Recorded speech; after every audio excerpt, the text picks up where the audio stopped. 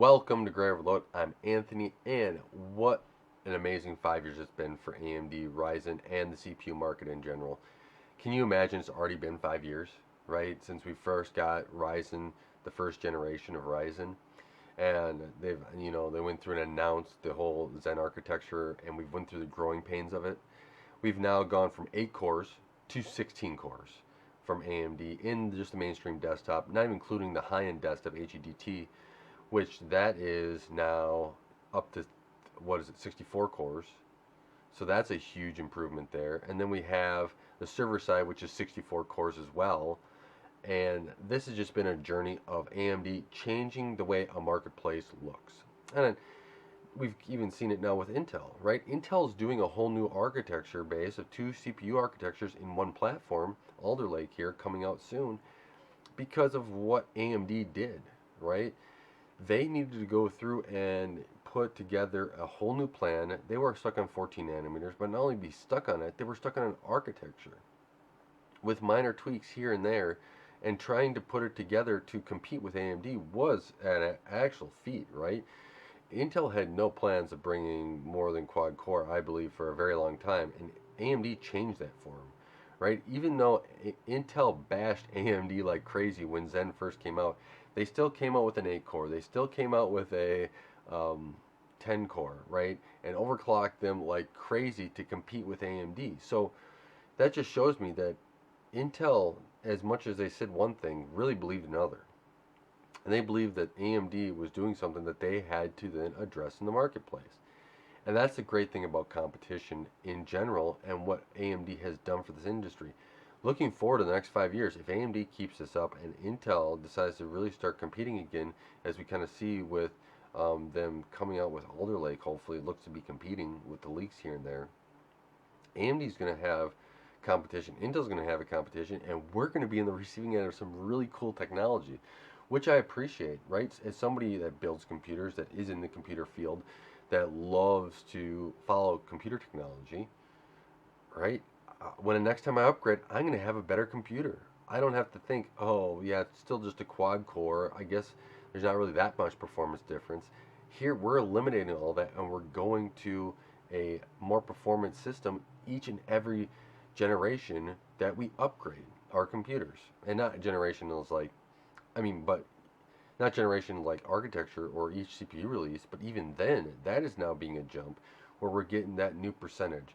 The new Vcache stuff, AMD is saying is around 15% in gaming. So you're getting these um, benefits of jumping or even improving every generation. And with the socket longevity that AMD had, even though some of it has been muddied waters, hopefully next generation AMD learned from that, even makes it more longer throughout the whole entire generation of that platform. And only time will tell if that's the case, but it was a learning experience, right? The first 3,300 series chipsets, and now with the 500, that was a learning experience from AMD and how the BIOS chips need to be and everything else. And we were along for it. We grew through those pains, but I think it's really making for a better industry overall, especially with Intel, you know, deciding to do different things with their platforms and doing that. I'm just excited to be a part of it. I'm excited to have, spend $1,000 on my processor, 16 core HEDT, and now have a 751 in the mainstream desktop. That's that's an improvement. I'm excited about that and being able to do that. I wish I could upgrade more often. It just takes money, and I don't necessarily have a ton of money to throw at these things all the time as much as I would like to. But these are things that we wouldn't have had today if AMD didn't show up with this new architecture and say, hey, let's go after it. Let's show the enthusiasts what we can do and have them support us. So hopefully AMD continues down this path and really do it. I hope that there's something like this on the GPU side that happens and really, even that sense drops prices in that competitive nature. We'll see if it's Intel. We'll see if it's, maybe the next generation Lovelace or RDNA 3 from AMD. All of these could have the benefit. I know everything's sold out right now, but it's really kind of interesting how we've come forward just in 5 years on the CPU side. Maybe we'll have that on the GPU side as well. Who knows who's going to really be the catalyst there? But if this continues, we're going to really have some improvements on the CPU side, which I think is a great thing for us as computer enthusiasts, developers, big, companies, because they're really pushing the envelope on power. I'm not just doing low power, but also pushing the power envelopes that you already have to consume more performance in that power envelope.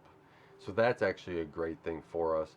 The redesigning of having smaller cores and efficient cores, all these things that companies are going to be doing in the future are going to be benefiting us. And I just can't wait to see what other things that they announce and how they integrate them into the CPU, with it, will that be 3D stacking or anything else out there as well. So let me know what your thoughts are and where you think the CPU industry is going to be going, actually, and the GPU industry. I'm excited about both.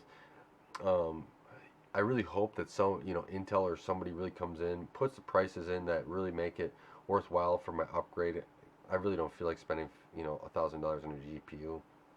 It's hard to get me to spend over $500 in GPU because my most expensive GPU was $500. So, maybe the next time around they'll drop prices. It'll be even more affordable. Who knows? I can only hope.